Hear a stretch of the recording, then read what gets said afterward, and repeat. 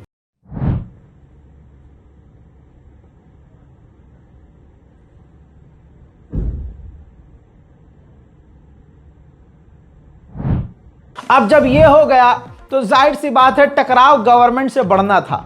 अब जगह जगह जो मार्केट, तेहरान, ईरान, कोम, मशहद, इन जगहों में जो बड़ी मार्केट हैं, बाजार हैं, इनको बंद किया जाने लगा। हद पर हद होने लगी। रजा पहलवी जो ईरान पर कब्जा करना चाहता है, जिसके पीछे America, Israel, Germany, France, Britain, Europe की तमाम ताकतें हैं, और ईरान की सरकार गिराकर ईरान का राष्ट्रपति, प्रधानमंत्री रजा पहलवी को बनाना है। हजरात, ईरान की गद्दार जनता खुद रजा पहलवी के समर्थन में नारे लगाने लगी।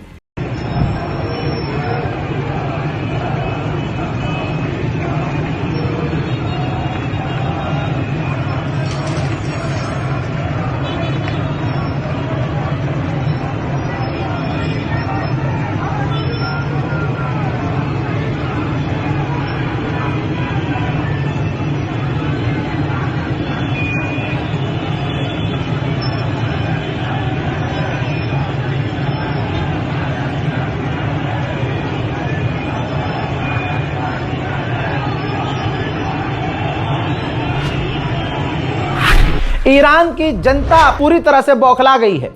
कई वीडियोस में, कई मंजर में यह देखा गया कि ईरान के मिलिट्री और पुलिस के ऊपर जनता पथराव कर रही है। इसके अलावा दोस्तों, तेहरान को मशहद तक में नारे गूंज रहे हैं डेथ टू डिक्टेटर के। सुनिए।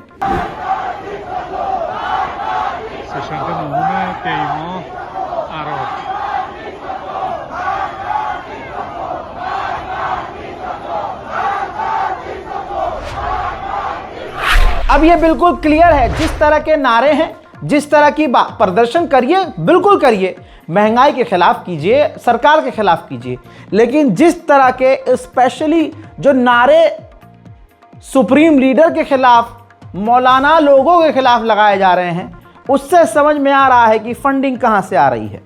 आपको अभी हैरानी होगी, अब जो नारे लगाए गए, उन नारों के बीच में यह भी भाषण दिया गया कि मुल्क की तरक्की तभी होगी जब इन मुल्ला को, यानी मौलानाओं को, इमाम को दफना दिया जाए। तेहरान यूनिवर्सिटी के जो छात्र हैं वो भी जेन जी के नाम पर नंगेपन पर आ गए हैं। उन्होंने कहा कि मैं ईरान के लिए मरने को तैयार हूं, लेकिन सिचुएशन चेंज करनी होगी। हाँ, हराम के पिल्लो, तुम तो इजराइल के लिए मरोगे, अमेरिका की गुलामी में मरोगे, ईरान के लिए काहे मरोगे? सुनिए।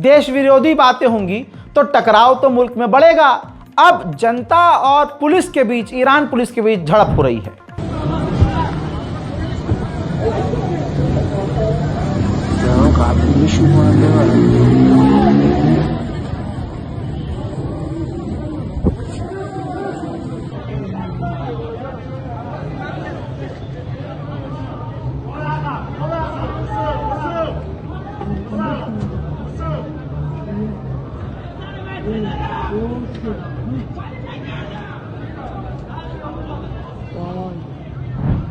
मोहतरम हजरात, ऐसा नहीं है कि ईरान तानाशाही पर उतरा है। ये देखिए, ईरानियन ऑफिशियल ने कल भी कहा था और आज भी कहा है कि जो प्रदर्शनकारी है वो हमारे अपने हैं और हम कदम उठा रहे हैं कि हम उनकी बातें सुने और उनकी ज़िंदगी की जो प्रॉब्लम्स हैं, सॉल्यूशंस उसका निकालें और आमने सामने बात करें। यह मामला इतना ज़्यादा बढ़ गया है कि ईरान के राष्ट्रपति ने लेटर लिखा है पार्लियामेंट को और मांग की है लिखित में कि ईरान में जो महंगाई अचानक से बढ़ी, ईरान में जो मसले आ रहे हैं और जो यूथ और जनता परेशान है, उसका सॉल्यूशन निकाला जाए, जांच कमेटी बनाई जाए और जल्द से जल्द जनता का जो मसला है वो हल किया जाए। ईरान के ऑफिशियल ने ऑन रिकॉर्ड ये कहा, हमें मिसाइल चाहिए, हमें मिसाइल ताकत बढ़ानी है, इसमें हम कॉम्प्रोमाइज़ नहीं करेंगे। जब हमारी मिसाइलें काम करती हैं तो सामने से दुश्मन खुद सीज फायर की बात करता है, ये बात हकीकत है। उन्होंने अपने देश के अंदर जो मुद्दे हैं उस पर भी बात करी। उन्होंने कहा कि हम देख रहे हैं देश के हालात ख़राब हैं और ये बात सच है कि एक रात के अंदर गरीबी तो ख़त्म नहीं की जा सकती। हम ये भी मानते हैं कि हम गरीबी से लड़ रहे हैं और इतना बुरा हाल है हमारा कि हमने कुछ ही दिनों में 2 नेशनल बैंक भी बंद कर दिए हैं, लेकिन गरीबी एक रात में खत्म नहीं होती।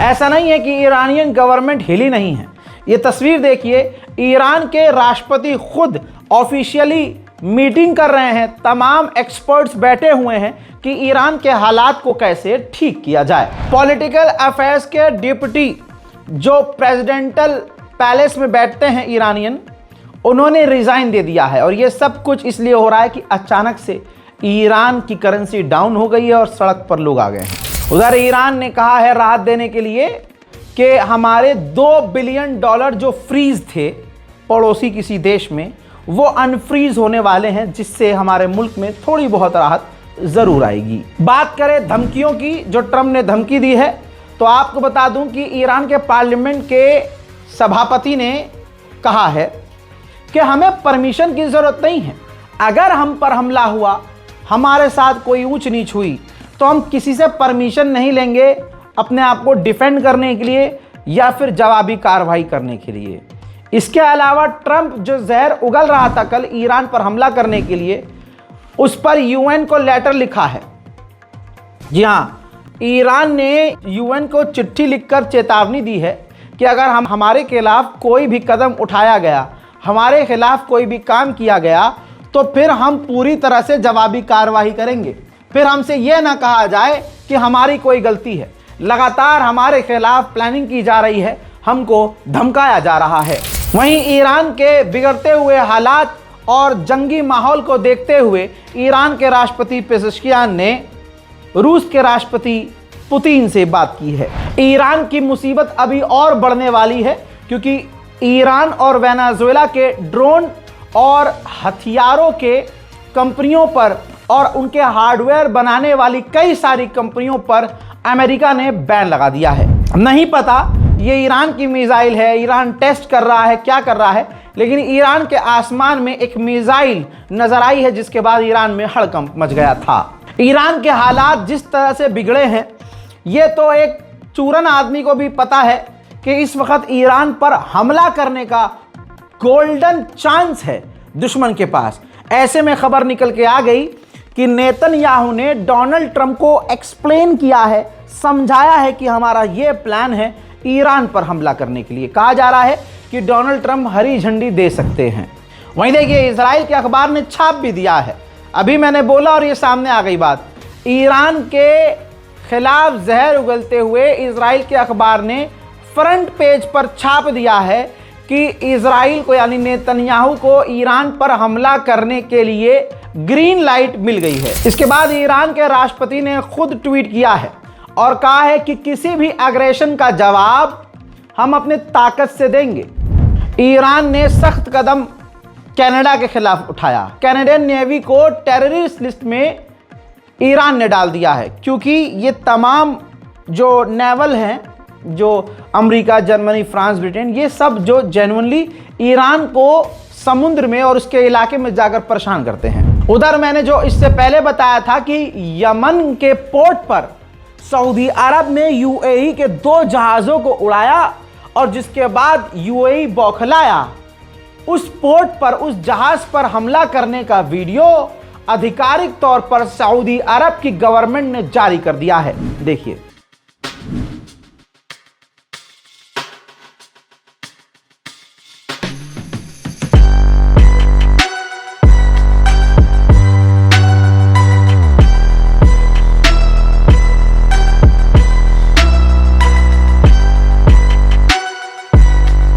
सऊदी अरब के मिलिट्री ऑफिशियल ने कंफर्म किया है कि ये जो यमन से जो जहाज आए थे, ये दोनों जहाज हथियार लेके आए थे और इन्होंने अपना ट्रैकर भी बंद कर दिया था, जिसके बाद हमें कार्रवाई करनी पड़ी। यमन के प्रेसिडेंटल लीडरशिप ने, जो लीडर हैं, उन्होंने आधिकारिक तौर बयान दिया और उन्होंने ऐलान कर दिया कि यमन का माहौल यूएई खराब करने की कोशिश कर रहा है, लिहाजा यमन यानी हम यूएई के साथ तमाम अपनी डील्स को रद्द कर रहे हैं।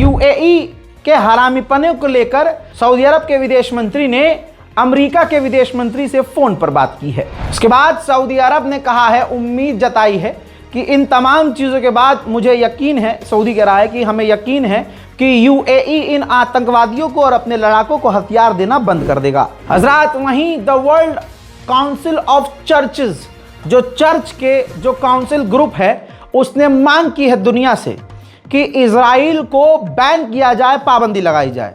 हजरात, the world of council of churches से मेरी रज़ाग्राफी की यह भी डिमांड है कि भारत के अंदर जिन हिंदूवादी संगठनों ने ईसाई समुदाय पर हमला किया और सेंटा क्लॉज और जो क्रिश्चियन समुदाय से जुड़े हुए डेकोरेशन को तबाह और बर्बाद किया, जिसने जनाबे मरियम और आपके जिनको आप गॉड कहते हैं ईसा मसीह, जिनका अपमान किया, गालियां बकी, उन संगठनों पर भी अंतर्राष्ट्रीय लेवल पर पाबंदी लगनी चाहिए, वरना आप बेगैरत हैं, दोगले हैं। एक तरफ आप भौंक रहे हैं और एक तरफ खामोश हैं। इजराइल का हाल आपको मालूम है अंदर ही अंदर कितना खोखला है।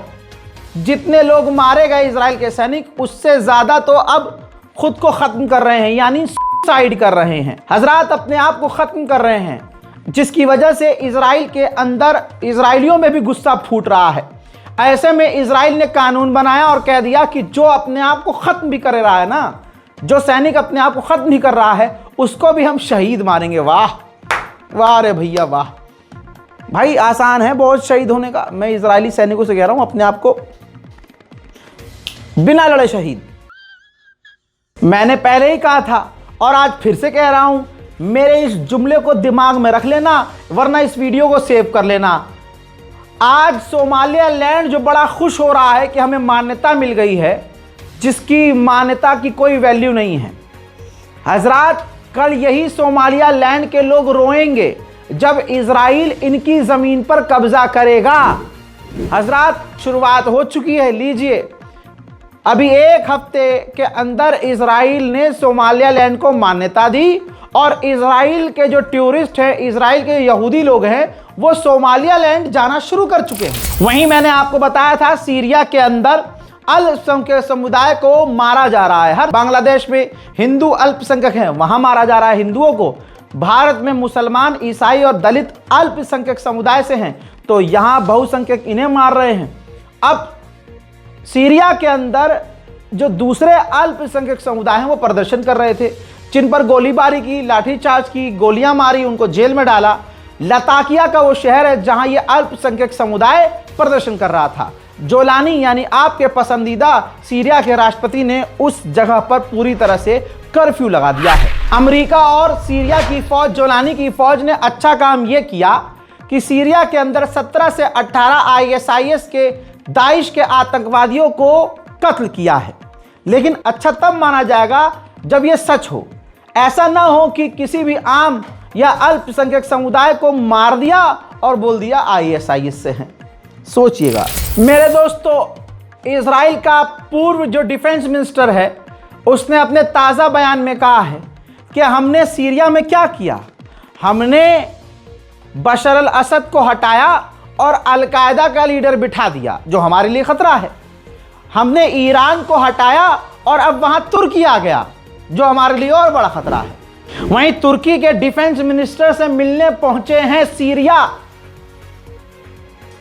सीरिया के डिफेंस मिनिस्टर।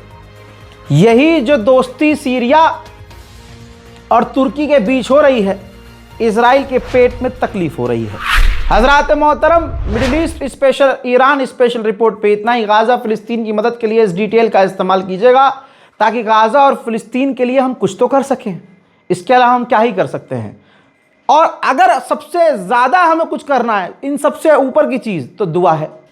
दुआ कीजिए अपने लिए, अपने मुल्क के लिए, अपने हिंदुस्तान के मुसलमानों के लिए, उन मासूम हिंदुओं के लिए जो हिंदू आतंकवादी संगठनों के बहकावे में आकर गलत काम और गलत रास्ते पर जा चुके हैं।